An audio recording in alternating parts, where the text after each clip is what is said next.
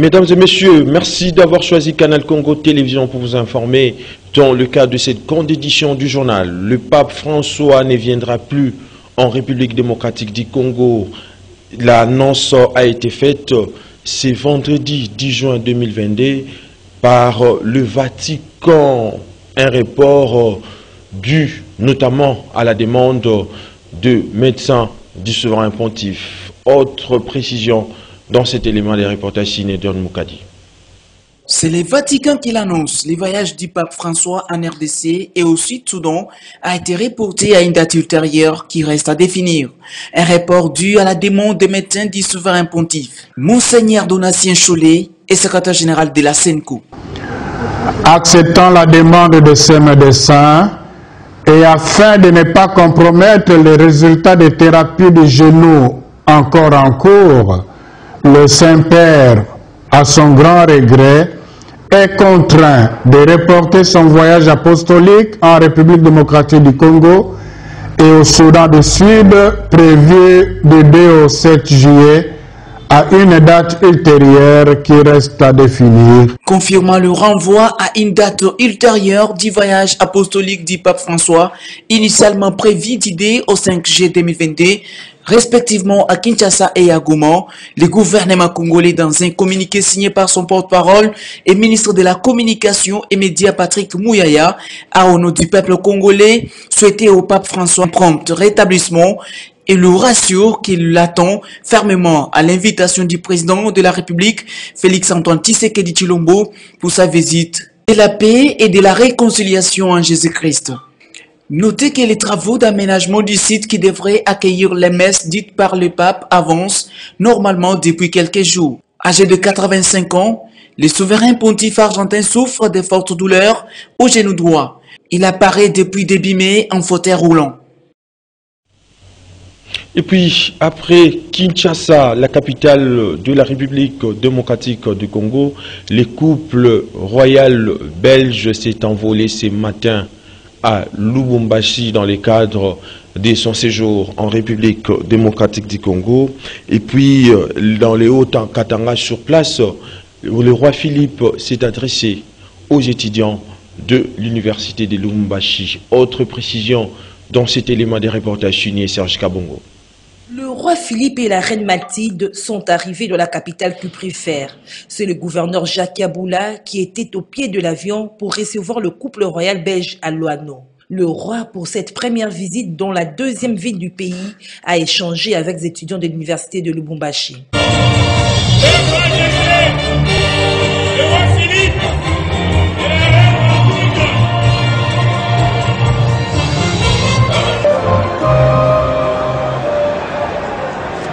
Le monarque belge et son épouse se sont également rendus à Katanga, un village situé à 90 km de Lubumbashi, sur la route de Likasi.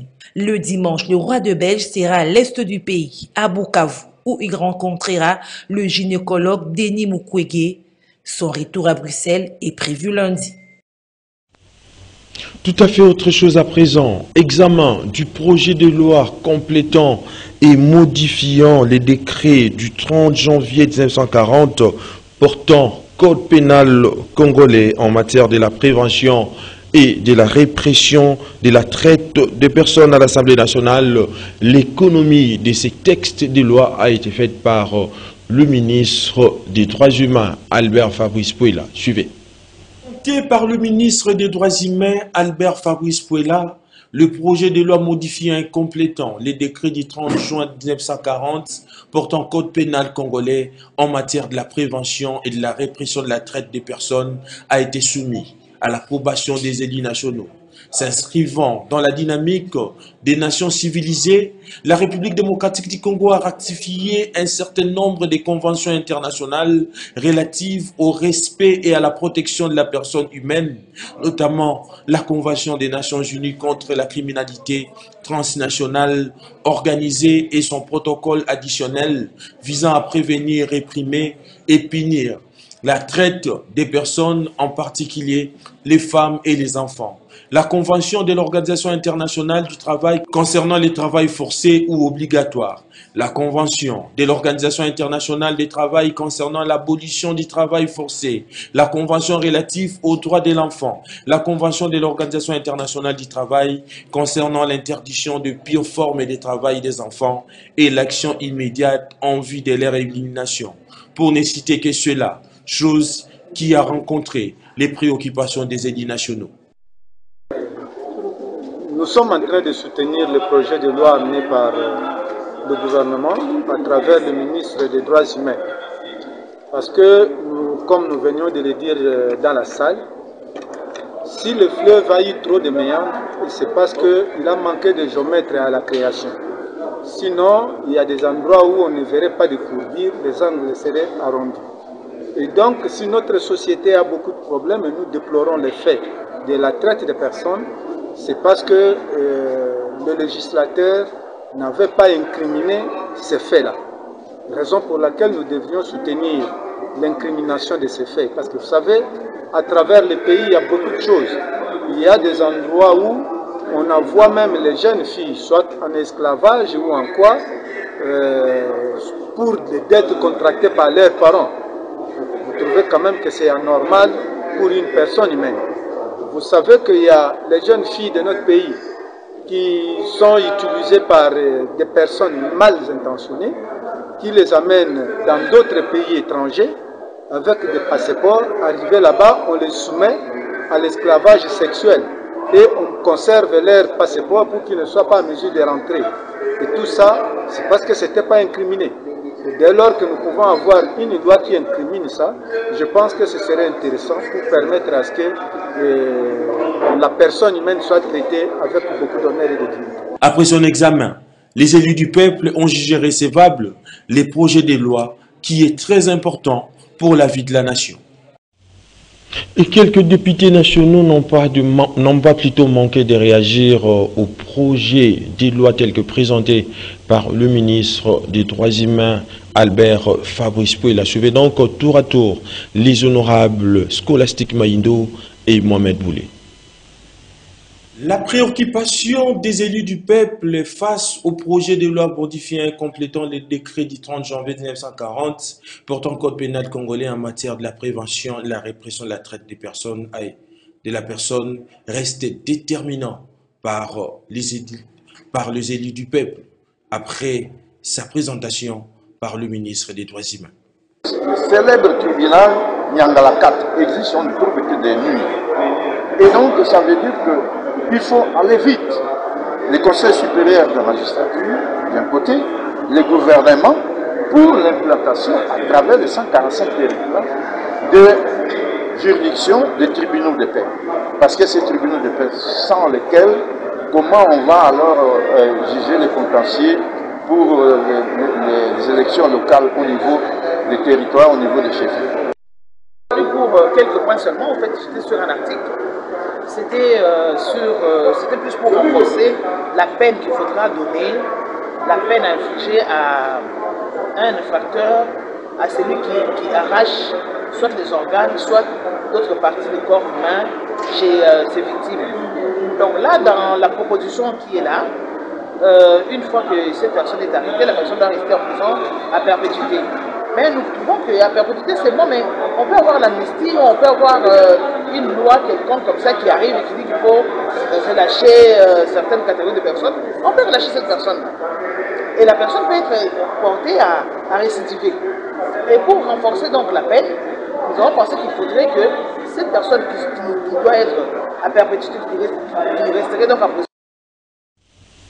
Processus électoral à présent, la plateforme Agir pour les élections transparentes et apaisées et les organisations de la société civile vont conduire une campagne de plaidoyer dénommée Agenda SOS élections crédibles en 2023 auprès des principaux acteurs parties prenantes au processus électoral en cours en République démocratique du Congo. C'est au vu du retard enregistré à ces jours dans la réalisation des différentes opérations électorales en République démocratique du Congo. Maxime Akabou était là pour les comptes du canal Congo Télévision et Radio Liberté Kinshasa. Suivez. C'est au vu du retard enregistré à ces jours dans la réalisation des différentes opérations électorales et à l'issue des échanges après ateliers sur l'état de lieu de la mise en œuvre de la feuille de route du processus électoral par la CENI, défis et perspectives pour le respect du délai constitutionnel, que la plateforme Agir pour des élections transparentes et apaisées a décidé de conduire auprès des principaux acteurs parties prenantes au processus électoral en cours dans le pays un plaidoyer dénommé Agenda SOS élections crédibles en 2023 qui portera essentiellement sur les matières et problématiques relatives au budget, à la mutualisation des opérations d'identification et des recensements de la population, à la sécurité du processus électoral, à la législation et cartographie électorale, aux contentieux électoraux, à l'inclusivité des élections et à la volonté politique. Il faut mobiliser les fonds nécessaires et suffisants de diverses sources, tant nationales qu'internationales, pour l'organisation des élections. On doit recourir à des outils qui promeuvent un décaissement diligent des moyens requis, notamment les plans trimestriels et ou semestriels, et le respect de la chaîne de dépenses. Promouvoir un contrôle tant institutionnel que citoyen du budget des élections. 2. De la mutualisation des opérations d'identification, d'enrôlement et de recensement de la population. On doit éviter le risque d'introduire un biais fâcheux au processus d'identification des nationaux qui se profile à l'horizon. On doit veiller au respect de l'autonomie financière de la Commission électorale indépendante, CENI, consacrée par la loi organique portant organisation et fonctionnement de celle-ci, de la sécurisation du processus électoral. On doit lever tous les obstacles de divers ordres qui empêcheraient la sécurité et la mobilité des électeurs, des agents électoraux, des observateurs, des témoins des partis politiques et des professionnels des médias. On doit réactiver le cadre juridique du plan opérationnel de sécurisation du processus électoral dans les provinces en conflit armé.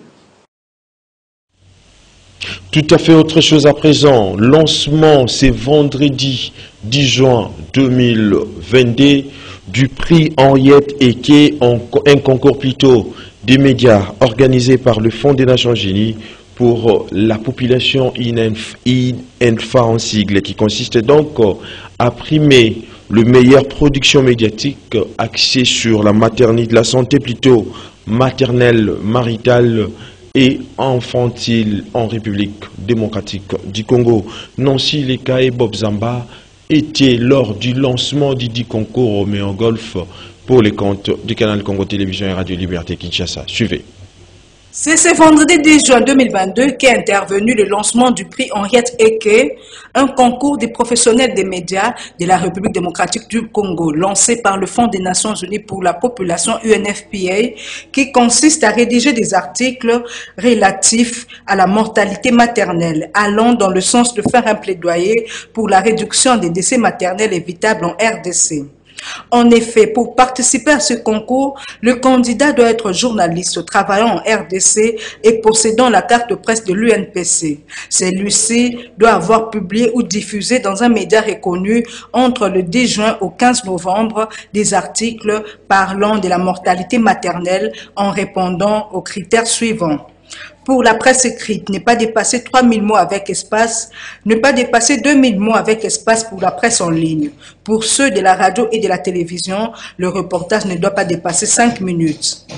Eugène Kongnyun, représentant résident de l'UNFPA en RDC, est revenu sur la mission assignée par son organisme. Nous travaillons dans le contexte du développement et aussi dans le contexte humanitaire, en assurant que les personnes déplacées, les réfugiés et la communauté haute ont accès aux services soit de maternité, de planification familiale ou services de prise en charge des survivants de violences basées sur le genre. Dans son mot des circonstances, Tito Ndombi, président du Conseil supérieur de l'audiovisuel et de la communication, estime que ce concours revêt un grand intérêt social. À l'occasion de ce prix des médias Henriette Eke, j'exhorte tous les professionnels ici présents et ceux qui nous suivent à proposer, dans les limites de l'éthique et de la déontologie, des reportages et autres récits médiatiques capables de valoriser la presse congolaise. Pour rappel, Henriette Eke était une sage-femme congolaise qui a milité pour la reconnaissance de cette profession qui se bat bec et ongle pour la réduction des décès maternels lors de l'accouchement. Et puis, la 8e communauté des églises de la Pentecôte en Afrique centrale a totalisé 100 ans d'existence à cet effet. Une culte d'action de grâce a été donc organisée à la cathédrale Notre-Dame du Centenaire le jeudi. Une conférence de presse s'en est suivie. Autre précision dans cet élément signé Héritier Toubilano.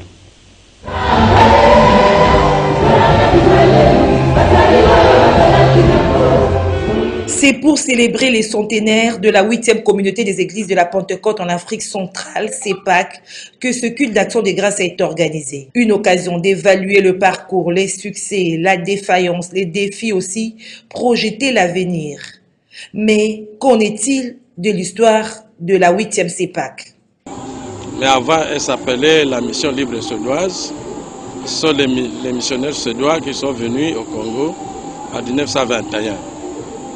Ils sont passés par la Tanzanie, ils ont embarqué par Kalundu, qui est le port du Congo, en venant de Kigoma.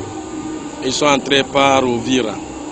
Fidèle de la 8e CEPAC, le docteur Denis Mukwege, qui n'a pas pris part à cette célébration en présentiel, s'est exprimé en visioconférence. Le prix Nobel de la paix a rendu hommage aux vaillants missionnaires suédois qui ont donné leur vie pour le salut des âmes congolais, s'interroge sur le rôle de l'Église dans la préservation de la justice, la paix du peuple. Chers frères et sœurs, le premier texte auquel je pensais, c'est celui de Jean, chapitre 17, versets 11 à 19. Jésus vient nous dire que les chrétiens font partie prenante de l'aventure humaine. Nous ne sommes pas séparés du monde. Cela pose la question de façon où un peu plus clair. Quel est le rôle de l'Église dans ce monde? Le pasteur Gouga de la 8e CEPAC Bandal s'est dit dans la joie de fêter 100 ans d'évangélisation dans notre pays. Nous les invitons cet après-midi. Nous serons à la cathédrale du Centenaire protestant à 14 h, mais surtout demain. Demain à 10 h. Demain à 10 h, nous serons à la cathédrale pour la clôture, mais nous aurons aussi une grande célébration à la 8e CEPAC Bandal sur avenue Solongo, Bandal Sinké. Nous serons là dimanche pour la dernière célébration et afin de dire au revoir à toutes les délégations qui sont venues de partout. Et puis cette nouvelle, avant de poursuivre cette grande édition du journal sur Canal Congo Télévision, procès François Beya, c'est vendredi. La défense de l'ancien conseiller spécial du chef de l'État en matière de sécurité a réquisé la haute cour militaire congolaise, appelant celle-ci à se déclarer incompétente pour juger. Aussi a-t-elle introduit formellement la demande de sa mise en liberté provisoire. La prochaine audience est donc prévue pour le vendredi 17 juin prochain.